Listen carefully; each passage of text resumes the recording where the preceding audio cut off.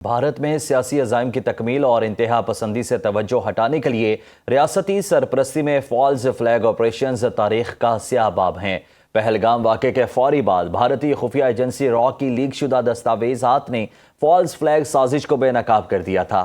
را کی لیک دستاویز میں واضح ہدایات موجود تھیں کہ ضلع اننت ناگ میں منصوبہ بندی کے تحت ایک فالز فلیگ آپریشن کیا جائے گا۔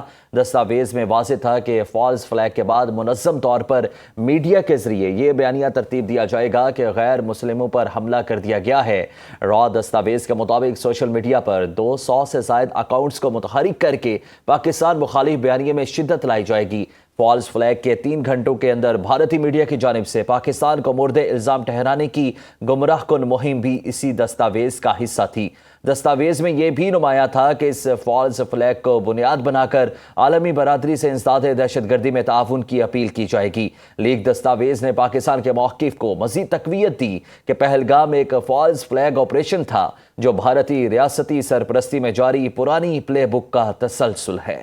مارکہ حق میں پاک فضائیہ نے جرأت اور بہادری کی وہ نئی تاریخ رقم کی جس کی ہیبت پوری دنیا نے محسوس کی۔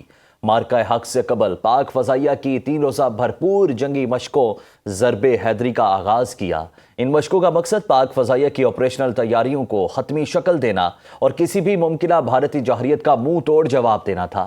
مشقوں میں GF-17 تھنڈر اور F-16 سمیت مختلف لڑاکا طیاروں نے اپنی صلاحیتوں کا بھرپور مظاہرہ کیا۔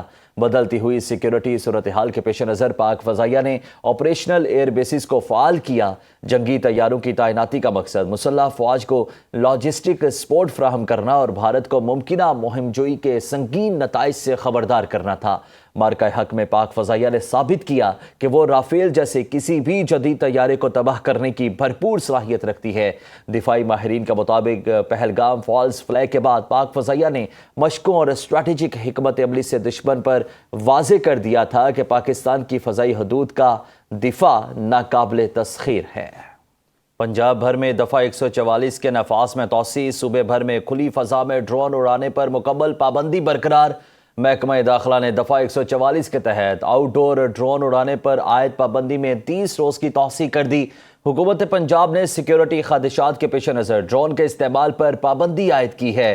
آپ کو اپڈیٹ کر رہے ہیں کہ اب ڈرون اڑانے پر پابندی ہوگی اور اس کے لیے دفعہ 144 کا نفاذ کر دیا گیا ہے۔ سیکیورٹی خدشات کے پیش نظر ڈرون کے استعمال پر پابندی عائد کی گئی ہے۔ پنجاب بھر میں دفعہ 144 کے نفاذ میں توسیع، صوبے بھر میں کھلی فضا میں ڈرون اڑانے پر مکمل پابندی برقرار۔ محکمہ داخلہ نے دفعہ 144 کے تحت آؤٹ ڈور ڈرون اڑانے پر عائد پابندی میں 30 روز کی توسیع کر دی۔ حکومت پنجاب نے سیکیورٹی خدشات کے پیش نظر ڈرون کے استعمال پر پابندی عائد کی ہے۔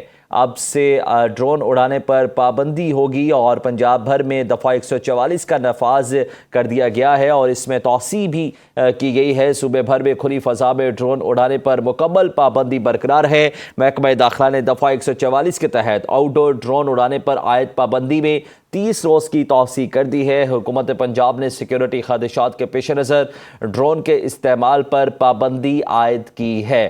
آپ کو اپڈیٹ کر رہے ہیں کہ پنجاب بھر میں دفعہ 144 کے نفاذ میں توسیع کی گئی ہے۔ صوبے بھر میں کھلی فضا میں ڈرون اڑانے پر مکمل پابندی برقرار ہے۔ ڈیٹیلز جان لیتے ہیں سنو نیوز کے نمائندے بشیر بھاٹ سے۔ جی بشیر، آگاہ کیجیے گا۔ جی، محکمہ داخلہ پنجاب نے صوبے بھر میں دفعہ 144 کے نفاذ میں 1 ماہ تک کے لیے جو ہے اس میں توسیع کر دی ہے اور ڈرون اڑانے پر جو ہے وہ مکمل پابندی عائد کر دی ہے محکمہ داخلہ پنجاب نے، اور 25 مئی تک اس پہ پابندی ہوگی۔ البتہ جو شادی کی تقریبات یا مارکیٹ کے اندر محدود سطح پہ ڈرون اڑانے کی جو ہے اس پہ پابندی نہیں ہوگی، اور اگر وہاں پہ کسی بھی قسم کا کوئی واقعہ ہوتا ہے تو مقامی جو انتظامیہ وہ اس کی انتظام جو ہے وہ ذمہ دار ہوگی۔ دوسری سطح پہ جو قانون نافذ کرنے والے ادارے ہیں وہ اس پابندی سے استثنا قرار ان کو دیا گیا ہے۔ وہ پولیس اور باقی قانون نافذ کرنے والے ادارے جو ہیں ان کو جو ہے وہ اجازت ہے وہ کسی بھی جو لا اینڈ آرڈر کی صورتحال ہے اس کو مانیٹر کرنے کے لیے وہ ڈرون اڑا سکتے ہیں۔ البتہ باقی جو ہے پنجاب بھر میں ڈرون اڑانے میں جو ہے وہ مکمل جو ہے وہ بندی برقرار ہے، اور یہ 25 مئی تک پابندی جو ہے وہ برقرار رہے گی۔ اس کے لیے محکمہ داخلہ پنجاب نے نوٹیفکیشن جاری کر دی ہے۔ جی،